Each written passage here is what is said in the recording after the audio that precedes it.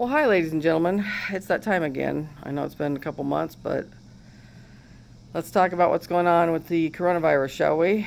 Okay, so as we can see, things are getting uglier by the day in the United States. Not sure people are laughing at me anymore about saying we're going to have at least 1 million deaths in this country, since we're actually technically way over where we're at right now. Right now we're still probably between 300,000 and 400,000, counting all the unaccounted for ones. As we know, testing is going down in our country, which is insane since the infection rate is going up in our country.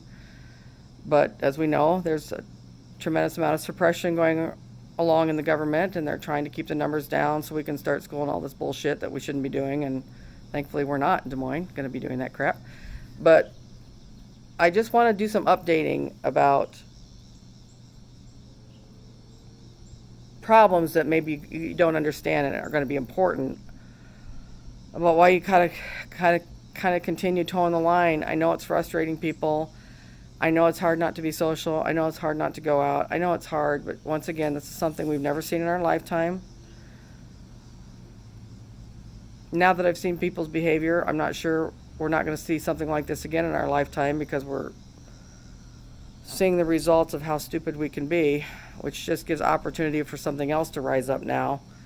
So God forbid we're going to have another apocalypse like this. But the coronavirus, okay, so let me wrap up in a nutshell why this continues to be paramount that you stay home or stay home as much as you can. I know there are people that got to go to work.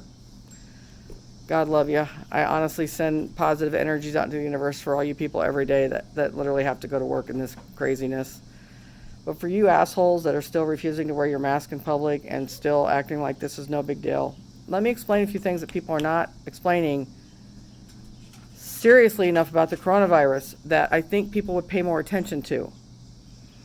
Okay, I've mentioned before, yay team that you survived the coronavirus, yay team. And so the assumption is, let's send kids to school. If they get the coronavirus, they'll probably survive it. Gee, that's great odds. I want to send my kid and hope that he probably survives it. But that's kind of the theory, you know. So let's say young people do get it and they survive it. Okay, once again, everybody who wants to yell and scream at me and, you know, say this is bullshit, start really reading about what's happening, because every age group, not just the elderly, every age group, they're finding out that these people now have long-term issues. It could be cardiac, it could be kidney, it could be muscle tissue, it could be anything. But so many people now are having post-coronavirus issues that are permanent. They're not just having cardiac issues temporarily. They literally have a damaged heart now. Maybe their left ventricle is damaged, which is huge, because that is the piece of your heart you can't survive without. You know, whatever. This isn't, they get over the coronavirus and then they get kidney damage, and then they're on dialysis for a little bit, and then they get better and better, and then their kidneys come back to function. This is permanent ass shit for the rest of your life. So these younger people, and I consider anybody younger, honestly, under 50, you know, being 55, almost 56 next week, but being 55, I really consider anybody under 50 young. You start realizing as you get older where young really goes to, as opposed to when you're young and you think it ends when you're 30, and everybody's older after that. But these are long-term injuries. So if I'm 25 and I have kidney damage now and I'm on dialysis for the rest of my life, because so many people died during the coronavirus, there's no donors for me to get a kidney. So now I'm on 3-day-a-week dialysis for the rest of my life, which pretty much ruins my life. For those of you who don't know what dialysis entails and how it literally ties a person to their home, I mean, they just can't travel or go anywhere. It puts an end to your life, basically. So I can't imagine being 25 or 30 and being told now I have to be on dialysis for the rest of my life, because the reality is there's not going to be any available kidneys, because anybody who dies from the coronavirus can't donate their kidneys. So, and we're going to have so many deaths now, and so many new onset people with kidney problems, and heart problems and whatever, and lung problems. We're already seeing lung transplants happening. And we're not going to have enough donors, people. So many people are going to die from the coronavirus that's going to wipe out that whole group of people that could have been donators, because they can't donate anything with the coronavirus. And then on top of it, we're going to have so many more people that need them that the supply that's available now, which is you're on a waiting list for a year, is going to be 200 times worse. So you might as well just understand, if you need an organ, you're not going to get an organ. The likelihood of you getting organ is going to be 400 times smaller than it is right now. And you guys who are waiting on an organ transplant list know that how big that percentage is right now. It's not very big. So these people who recover have lifetime problems. Not everybody, but they're seeing it in a pretty big majority of people. Doesn't matter the age. Now, I don't know if you guys are watching the news or paying attention, but the biggest age groups that the percentages are going up with, the numbers, is the 20 to 29-year-old age groups. So people that are being infected the most and the fastest right now are people between 20 and 29. And let me tell you, if a 29-year-old comes into the emergency room and an 80-year-old comes into the emergency room, you know who's getting the ventilator, right?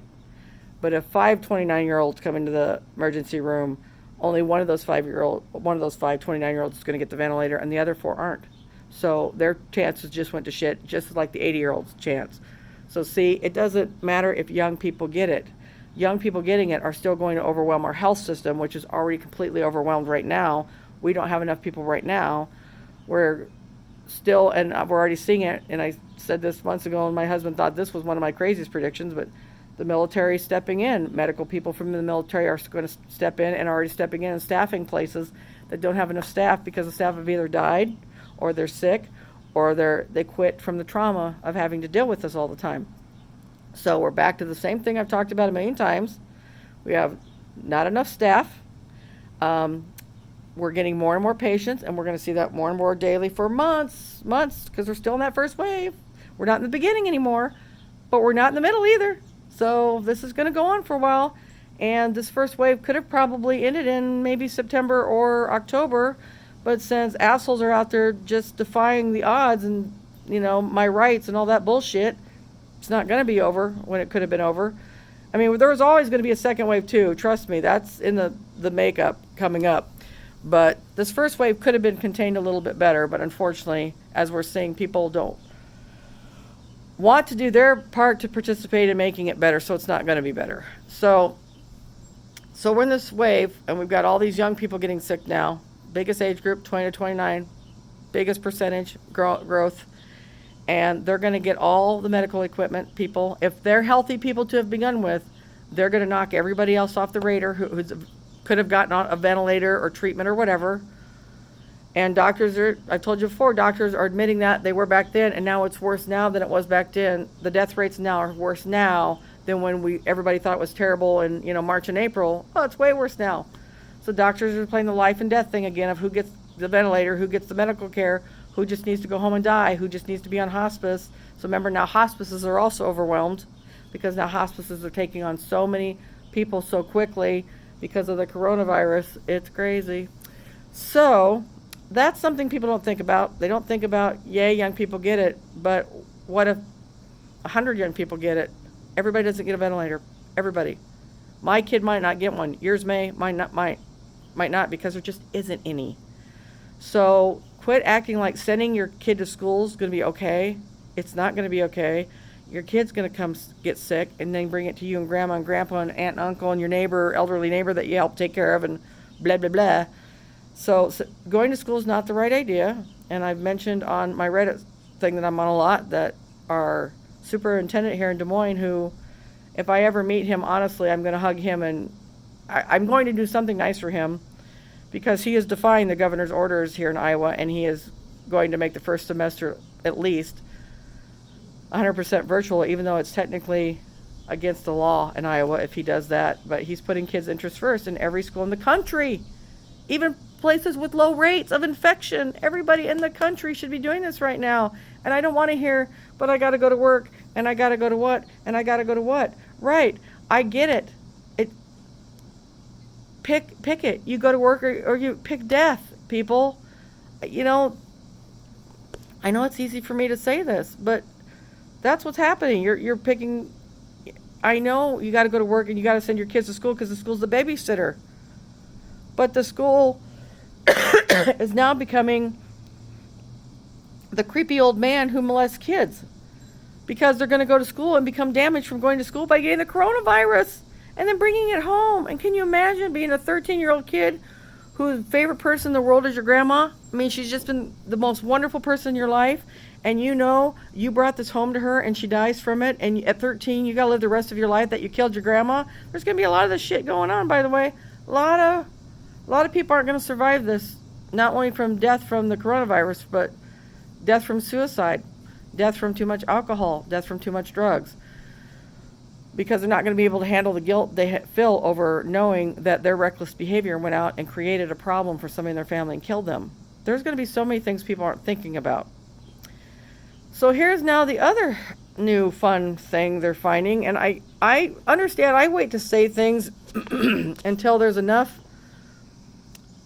published studies and articles and stuff so that you guys can all go look it up yourself, and you don't have to just say that crackpot psychic said blah blah blah. I want you to be able to verify what I'm saying so that you get it, and get that I'm really still trying to help you get your shit together and stay home and wear a mask. So here's the new fun thing they're finding out, and this is why this is like nothing we've ever seen. This is not like the mumps. This is not like the measles. This is not like chickenpox. This is not something that if you have it and survive it, you build antibodies to permanently.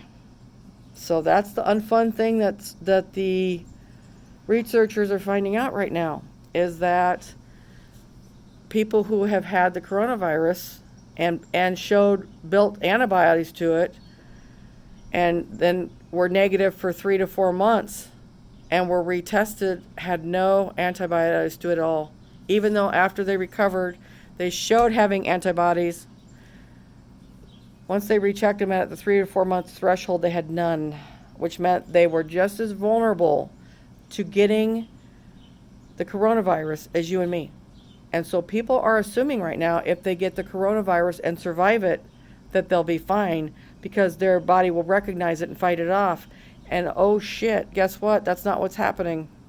They're finding out that many people lose all antibodies to it. So, what happens here? Antibodies? I don't know why I said that. Sorry, antibodies. So, think about this. So, you're the young 28-year-old chick who gets it and you get over it and you survive. Okay? And you're thinking, yay me, going forward. I'm probably less prone to get it than anybody else, which should technically be true. And now it's 8 months later, and you don't realize you don't have antibodies anymore. You think you still do, because you did for a while. And so you're still thinking you do.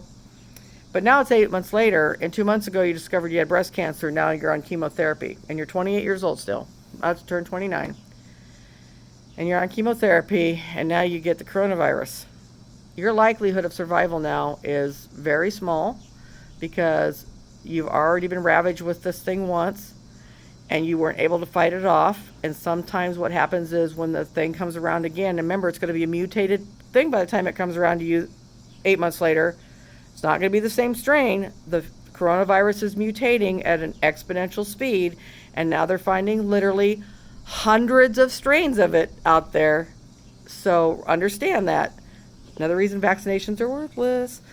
So now you have chemotherapy and you get it again, and now your body hyper reacts because there's a little trickle of memory in the brain somewhere about that thing that's in your body.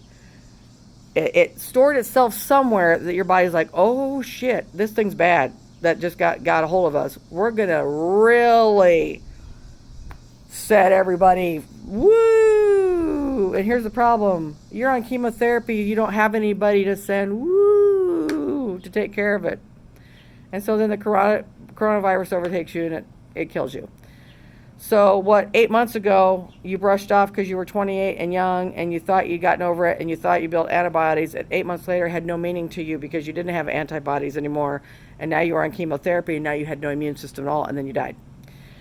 You think I'm making shit like this up, people? Do you think this is fun for me to say on video that these things are going to happen? This is not fun. I don't enjoy this. You know, I've been arguing until recently with a gentleman on Reddit over this. And I don't know why he's mad at me that I'm saying these things, because if you don't want to believe it, don't believe it. But I don't get any pleasure in predicting awful things like this. And I don't get pleasure every month watching myself be right over everything I already said was going to happen. I know there are people in my position that feel vindicated, like, okay, at least I'm not crazy. And maybe in the beginning of this, there was that small piece of me that thought, okay, I'm not crazy. Okay, all this shit I saw is actually happening.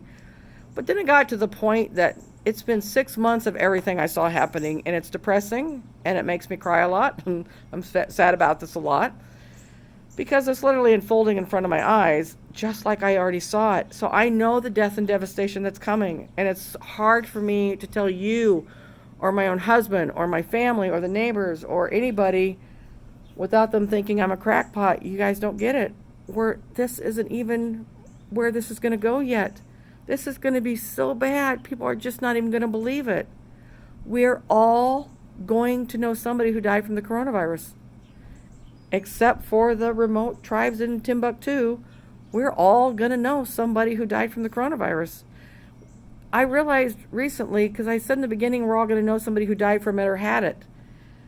And I realized, oh shit, no, we're all actually going to probably know somebody who died from it. I mean, that's how prevalent it's going to be. Because there's so many factors happening now, and I hope you guys are paying attention, and that's why I put out this video, because I want you to understand the seriousness of this now. I think it's becoming more clear to some people. I know there's the deniers, and I know there's the Trump's idiots out there that are still fighting this because they don't want to believe it. Fuck, I don't want to believe this. I don't want to believe this is happening. This affects my life too. This affects all of us. I still have to worry every day about my 2 children that work in necessary fields. Every day I got to worry about them coming home with it, and and my kids come over all the time, because that's all our family does now, is we gather here instead of being social elsewise, since we're all safe right now. But I know they could expose us, and I know they could expose themselves, and that's scary. These are scary times still, and they're going to get scarier. And by the time this is over, literally life as we know it's going to be different. Everything's going to be different. But in the meantime, understand it's still scary. And understand just because you had it doesn't mean your life is rosy going forward. And that you shouldn't keep protecting yourself. If you've had it already, don't be a jackass and act like that you don't have to wear a mask then, and not worry about exposing yourself or being exposed or whatever. Because it's not going to save you. I told you before, this virus was well thought out and well planned. This earth and her spirit guides who put this whole thing together and sent it forthwith into our world, there was a lot of thought behind how they did it. And they're going to make the most damage they can make, and they are. And so you got to understand all these things that you've always thought before or lived through before. If you lived through the Ebola or the swine flu, all that shit that you thought before does not apply today in your life, because there's never been a thing that we've seen in our lifetime like this virus. We have personally never seen. I'm not saying this hasn't existed in labs somewhere. I'm not saying somebody else hasn't seen that, but the general human being has not seen this in their lifetime. So we can't base what happens with the coronavirus on having had the measles or mumps or chickenpox and that we got immunity from those things, therefore we have immunity to this. No, you don't. No, you don't. So you can't get it once and then let your guard down after you had it, that you no longer have to stay away from people, wear a mask, social distance, blah, blah, blah. You can't do that. You can't do that.